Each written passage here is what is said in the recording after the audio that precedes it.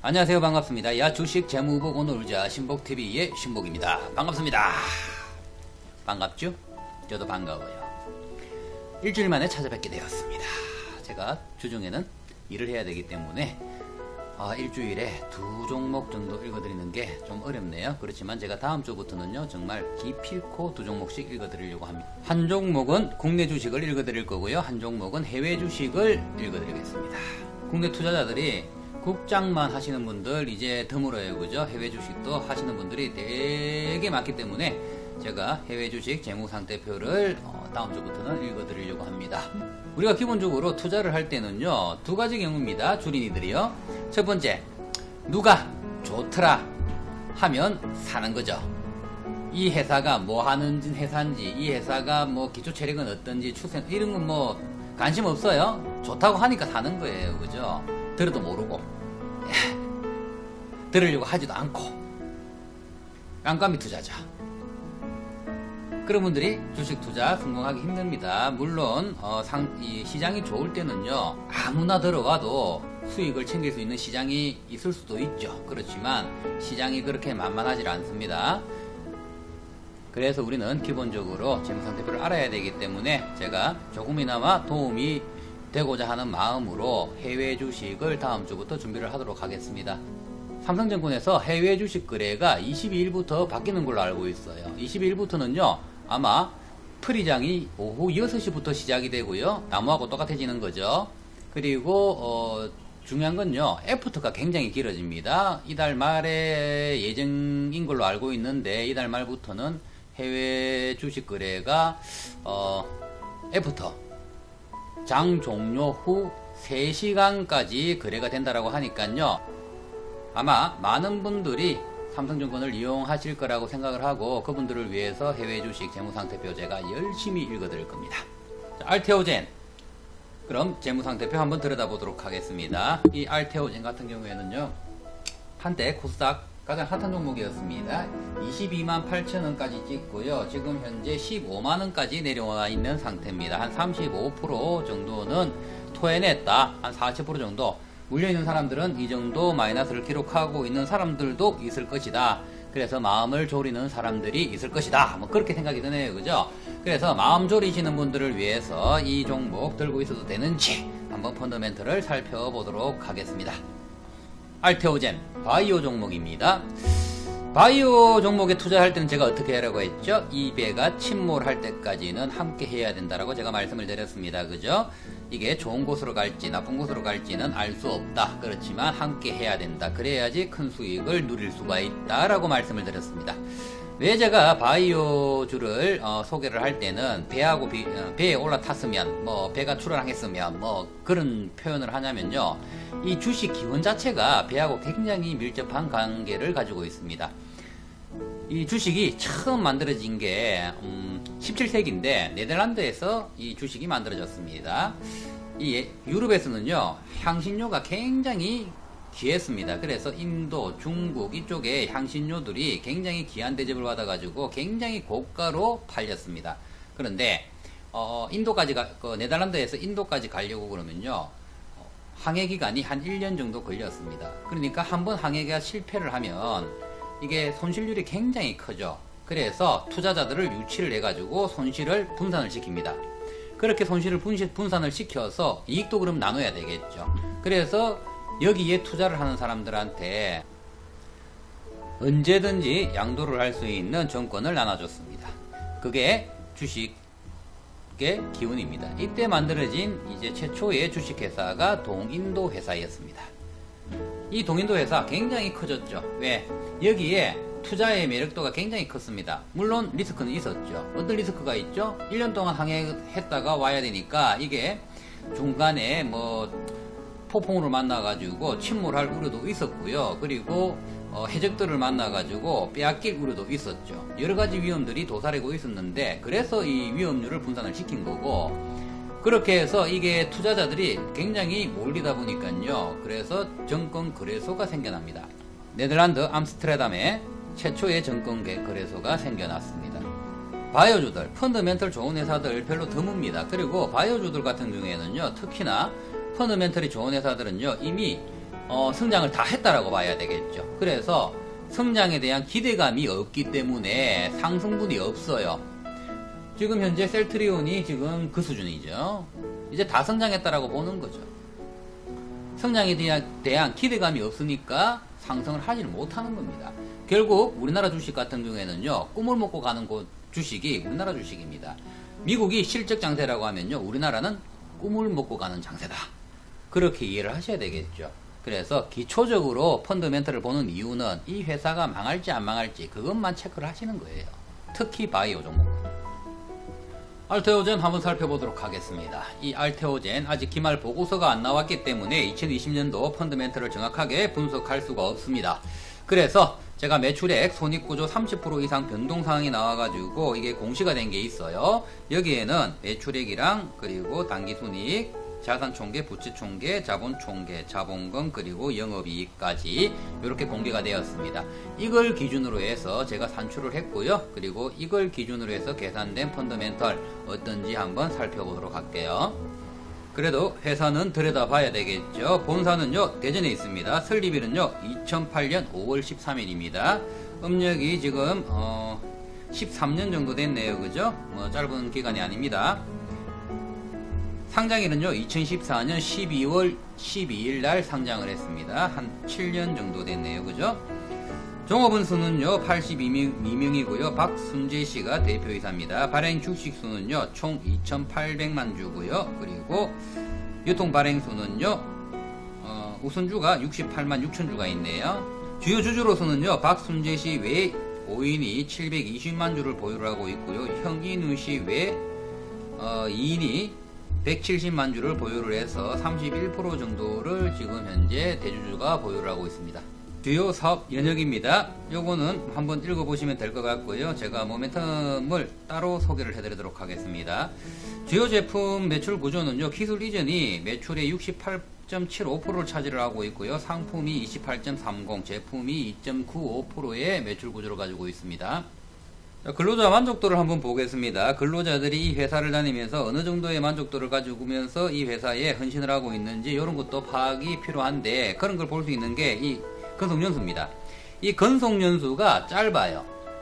10수년이 넘은 회사인데 평균 근속연수가 3.7년, 4년은 넘어야 되거든요. 이게 좀 짧다. 왜 이게 짧은지는 제가 알 수는 없지만 저는 이 수치 자체가 짧은 걸 별로 좋아하지 않습니다.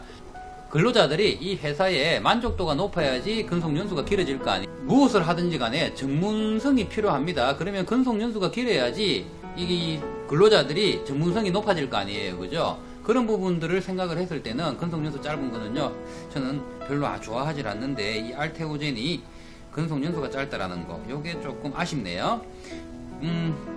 그러면 이게 짧은 이유가 임금 때문이냐, 단순 임금 때문이냐라고 생각을 해봐야 되는데, 평균 임금도 작질 않아요. 4,600만원입니다. 올해 지금 현재 9월달까지 4,200만원이니까 임금이 올라갔겠죠. 올해는 한 4,800 정도가 평균 임금에서 5천만원 정도 이렇게 나올 것 같아요. 평균 임금이. 그러면 지금 우리가 기업 분석할 때 보통 평균 임금이 4,200에서 4,600선이라고 생각하면 작은 건 아니다 라고 생각이 드는데, 어떤 이유에서인지 이거는 좀 보기 안 좋다, 저는 그렇게 보입니다. 주요 재료를 소개를 하도록 하겠습니다. 이 회사 파이프라인 어떤지 한번 볼게요. 이 회사 주가를 이때까지 끌고 올라온 거죠. 히알루로니다제. 이게 발음이 어렵네요. 이게 피아 주사죠. 이거는요, 저도 제가 이 알테오젠을 처음 태웠을 때도 이것 때문이었습니다. 이 굉장히 큰 거예요. 이 피아 주사를 지금 이 원천 기술을 보유를 하고 있는 곳은 할로자인 밖에 없었습니다. 글로벌 제약회사죠. 세계 두 번째로 원천 기술을 보유를 하게 됐습니다. 그러면 이 글로벌 제약사들하고 이게 다량의 계약건들이 이루어질 수 있다는 거예요. 왜? 주사를 놓는 그 품목하고 이 계약을 할 수 있기 때문에 복수 계약을 할 수 있다는 얘기죠. 그랬을 때 매출이 무궁무진하게 일어날 수 있다, 뭐 이런 구조였어요. 그래서 작년에 이미 글로벌 제약회사랑 10대 제약회사랑 계약을 했다라는, 두 건의 계약을 했다라는 기사가 나왔습니다. 4조 원대 규모죠. 여기에 1차적으로 수령한 금액이 너무나 적어가지고 실망 매물이 한번 터졌었죠. 저도 그때 수익을 챙기고 나왔습니다.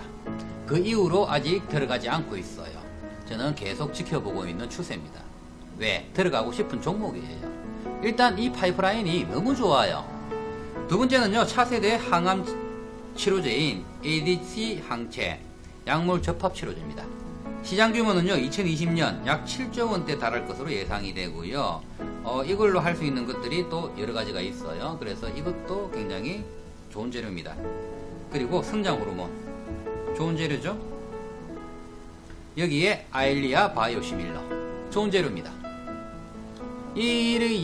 얘들이 가지고 있는 재료들이요 정말 성장을 가지고 올 수밖에 없는 그런 파이프라인을 가지고 있다 뭐 그런 느낌이 들어요. 하지만 너무 상승분이 크기 때문에 어차피 이 종목은요 한 2년 보고 투자를 해야 됩니다. 그래서 그 이상도 보고 투자를 하셔야 돼요. 만약에 이런 것들이 사실이다 라고 하면요 아마 셀트리온 제2의 셀트리온이 될 만한 종목 중에 하나가 뭐 떠오르는 종목 중에 하나가 이 알테오젠이 아닐까 뭐 그런 생각을 합니다. 재무상태표를 한번 살펴보도록 하겠습니다. 현재 보시는 재무상태표는요 제가 만드는 차트고요. 제가 한눈에 볼 수 있도록 저도 제가 기업 분석을 해가지고 저도 투자를 해야 되기 때문에 제가 보기 쉽게 만드는 겁니다. 그래서 이걸 토대로 제가 소개를 해드리도록 하겠습니다. 총자산 2015년도에 390억이었습니다. 5년 지난 지금 현재는 1592억 원이 되었습니다. 자산이 500%나 증가를 했다. 부채 총계 같은 경우에는요 우리가 총자산을 볼 때는요 이게 어떤 식으로 증가를 했느냐, 부채를 끌어와서 증가를 했느냐 아니면 유증 같은 걸 통해 가지고 투자 자본금이 들어와서 증가를 했느냐 그런 것들을 우리가 살펴봐야 되겠죠. 자산이 꼭 증가한다라고 해서 꼭 좋은 것만은 아니죠. 부채 총계 지금 증감률을 보시면요 2015년도에 8억밖에 안 됐습니다. 지금 2020년도에는요 300억 정도가 지금 형성이 되었습니다. 지금 차트만 보시더라도요 자산이 불어나는 거랑 부채가 불어나는 거랑 차트가 모양이 똑같죠, 그죠? 그런데 증감률이 무려 자산 총계가 1200억 정도가 불어났는데 부채는 불과 210억 정도밖에 불어나질 않았습니다. 자산 불어난 금액에 대비해서 부채가 적다라는 얘기는요 투자 자본금이 많이 유입이 되었을 것이다 라고 이해를 하시면 되겠고요. 자본 총계를 보시면요 2015년도 총 자본이 385억이었는데 현재 1365억이 되었습니다. 자본 총계가 늘어났다라는 게 이게 이제 모양은 똑같지만 투자 자본금인 유치 비중이 훨씬 크다라는 걸 우리는 이해를 할 수가 있습니다. 순부채를 한번 살펴보도록 하겠습니다. 순부채 같은 경우에는요 2015년도에 마이너스 259억이었습니다 2020년도에는요 지금 제 계산상으로는요 이거는 공개가 된 게 없기 때문에 제가 어림잡아서 계산을 했습니다. 마이너스 580억에서 한 600억 정도 될 것 같아요. 그러면 이 마이너스 폭이 커졌다라고 하는 것은 순부채 같은 경우에는요 요거는 좋은 현상입니다. 잉여 현금 흐름이 좋아지고 있다라고 그렇게 이해를 하시면 돼요. 자, 중요한 포괄 손익을 살펴보도록 하겠습니다. 매출액입니다. 2015년도에 50억이 채 안 되던 회사였습니다. 현재 2020년도에 매출액이 424억 원을 했습니다. 거의 뭐 10배 성장을 했네요, 그죠? 1000% 성장을 했습니다. 영업이익은요 2015년도 1.2억 원이었습니다. 2016년, 17년, 18년 영업적자를 기록을 했습니다. 2018년도는 영업적자 폭이 컸습니다. 76억이었고요 2020년도에 이제 흑자 전환에 성공을 했습니다. 1.1억. 이거 보는 사람들은요 알테오젠 투자한 사람들은 후달렸겠어요, 그죠? 상승분에 비해서 1000% 상승을 했는데 그죠? 영업이익이 이러니 당기순이익은 더 후달릴 겁니다. 그죠? 2015년도에 12억 정도의 당기순이익을 기록을 했는데 이 판매비와 관리비가 굉장히 큰 폭으로 상승을 했습니다. 180억 정도 판관비가 들어갔는데, 이 판관비 내안에는 정말 여러 가지가 들어갑니다. 하다못해 그 문구료까지 이 판관비에 다 들어가고요. 그리고 뭐 매출채권 이런 것들도 매출채권이 아니죠. 대손 충당금 이런 것들도 판관비에 다 들어갑니다. 그래서 여기에 들어간 것들이 지금 180억 원이나 들어갔어요. 너무 많이 들어갔어요. 그러다 보니까 영업이익부터 해서 당기순이익 자체가 이 모양 이 꼴이 되었습니다. 그럼 회사는 여기에 대한 해명을 해야 되겠죠. 여기에 해명을 했습니다. 매출액 손익구조 변동 주요 요인으로 해서 영업이익 같은 경우에는 환율 하락에 따른 손실이다. 그리고 종속회사 제품 개발에 시험 생산비가 증가를 했다. 여기에 당기순이익 같은 경우에는 종속회사가 적자 폭이 확대되다 보니 연결 회사 같은 경우에는 손익구조가 여기에 재무구조에 들어오면서 손실이 났다. 이렇게 해명을 했습니다. 시원찮긴 해요. 현금 흐름을 살펴보도록 하겠습니다. 영업활동 현금 흐름은요, 양으로 나왔습니다. 투자활동 현금 흐름은 음으로 나왔고요. 재무활동 현금 흐름은 양으로 나왔습니다. 그러면 이게 플러스 마이너스 플러스가 되는 거죠. 자, 이 회사 같은 경우에는요, 지금 성장기업으로 봐야 되는데 영업활동 현금 흐름은 83억 괜찮았습니다. 그죠? 그런데 요거는요, 분기 기준입니다.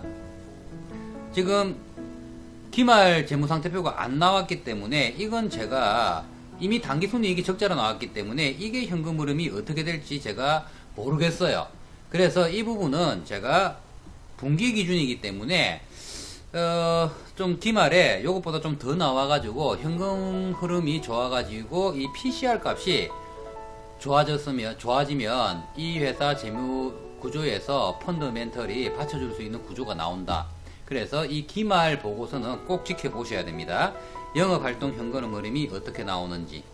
투자활동 현금 흐름 같은 경우에는요, 전년도, 전전년도 굉장히 활발히 이루어졌고요. 220억, 219억 원의 투자활동을 했습니다. 그리고 3분기 기준으로 2020년도에도 투자활동을 열심히 했고요. 여기에 플러스로 되면 3년 연속으로 투자활동은 굉장히 활발히 진행을 하고 있다라고 이해를 하시면 돼요. 재무활동 현금 흐름 같은 경우에는 플러스로 나오는데 이게 조금 아쉬워요. 단순히 이번 한 번이 나온 게 아니라 꾸준하게 재무활동 현금 흐름이 계속 플러스로 나오고 있습니다. 그러면 이 플러스로 재무활동 현금 흐름이 나온다라고 하면 앞으로 나가야 될 지출이 이루어질 현금이 굉장히 많아질 것이다. 그렇게 이해를 하셔야 돼요. 그렇지만 전체적으로 현금 흐름은 나쁜 건 아니다. 중 플러스 정도는 된다. 괜찮하다. 저는 그렇게 말씀을 드리겠습니다. 투자 지표들을 살펴보도록 하겠습니다. EPS랑 퍼값입니다. EPS 퍼값은요, 당기 순이익이랑 그리고 발행 주식수 현재 주가로 계산을 하는 게 EPS입니다. 한 주당 순이익은 얼마나 벌어들였느냐.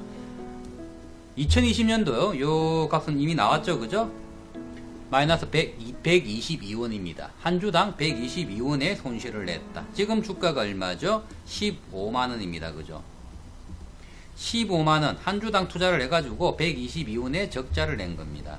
그런데 이게 올해만 적자를 낸 게 아니라 5사업년도를 적자를 냈습니다. 우리가 5사업년도 적자를 내게 되면요, 관리 종목 지정 대상이 되죠. 그죠? 그런데 이제 기술 상장 기업 같은 경우에는 5년 동안 이걸 봐주죠. 그래서 14년도에 상장을 했기 때문에 14, 15, 16, 지금 관리 종목 지정은 되질 않는다.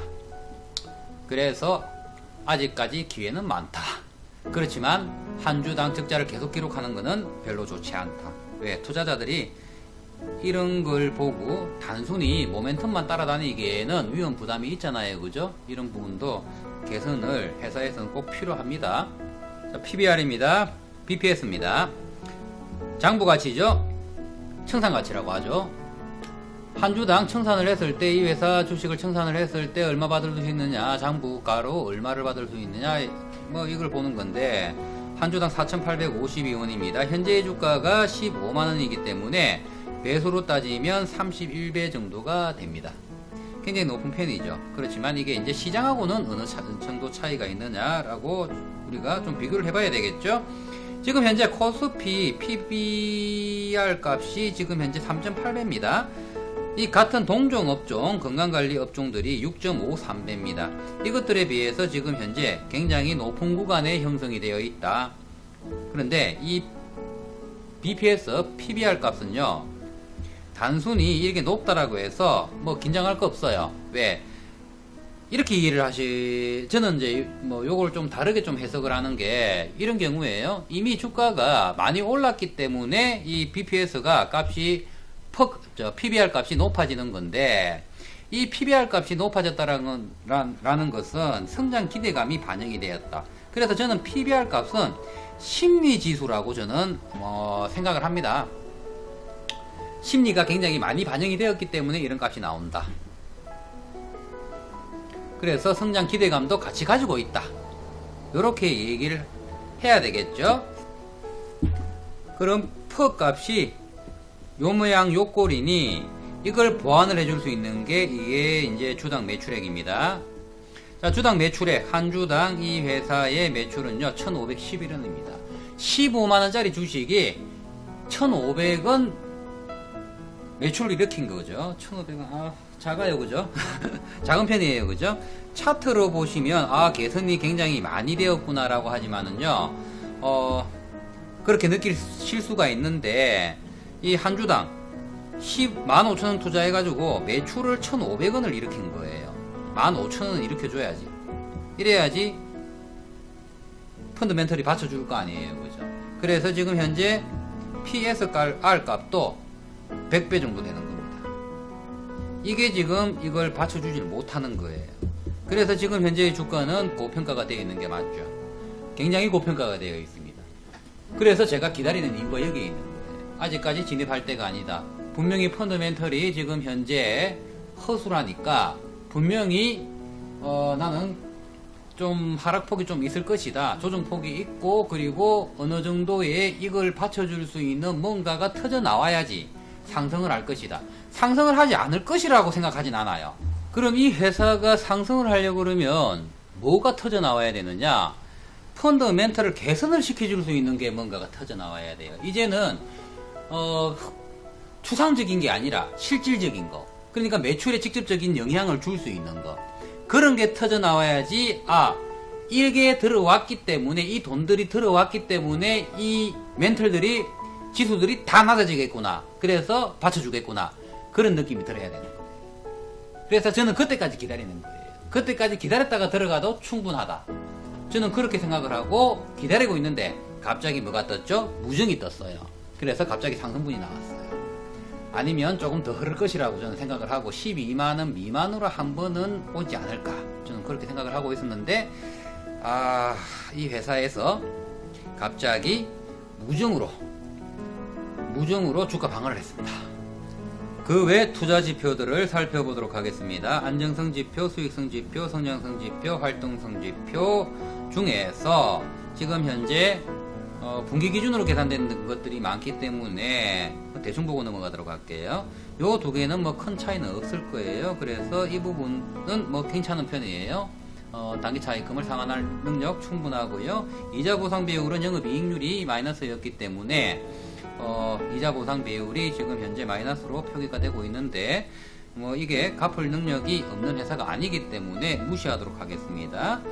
부채 비율 상당히 괜찮은 편이라서 요거는 중 플러스로 주도록 하고요. 그렇게 위험한 회사는 아니라고 보입니다. 수익성 지표, 영업이익 전부 다 마이너스이기 때문에 이건 더 마이너스가 될 거고, 요거는 보질 않을게요.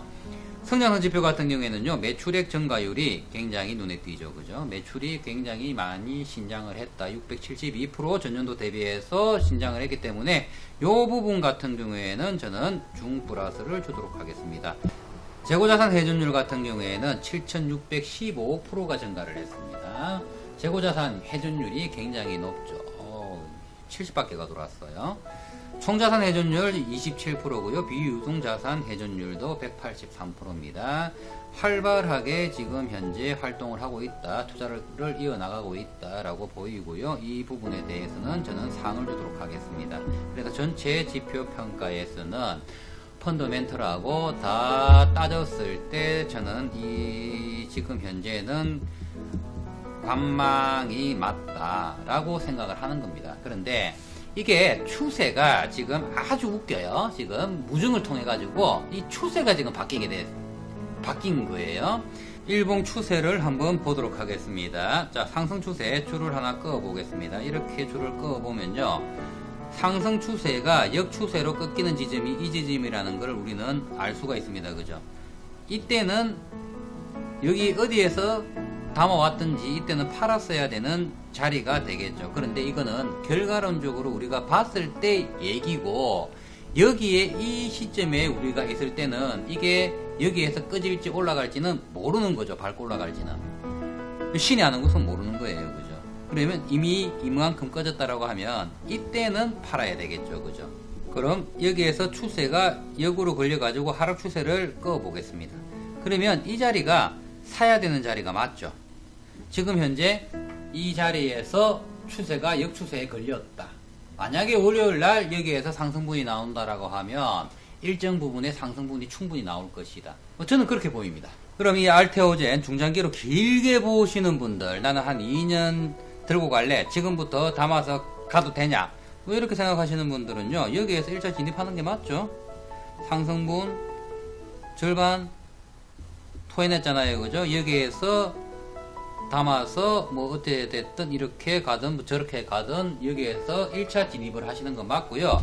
여기에서 만약에 약상승이 나와가지고 하락폭을 가져간다라고 하면 이 자리에서 추매한다 생각하고 꾸준하게 모아가신다고 생각하고 담으시면 좋은 자리죠. 지금 현재 장기 추세를 보더라도 이 진입 자리는 좋은 자리입니다. 그죠? 물론 아까 말씀드렸듯이 이 회사에서 뭔가가 들어와야 된다. 이 펀더멘탈을 받쳐줄 수 있는 뭔가가 들어와야 된다. 그게 받쳐줘야 된다. 이상 저는 여기까지 알테오젠 마치도록 하겠습니다. 제가 읽어드리는 재무상태표들이 미래의 수익률을 책임을 지지 않는다라는 거 너무나 잘 아실 테고요. 그리고 구독, 좋아요 좀 눌러주고 가세요. 아직 구독자 수가 많지 않습니다. 1000명이 되어야지 언제든지 실방을 할 수 있는 권한이 주어진다라고 하는데, 제가 최선을 다해서 열심히 할 테니까요.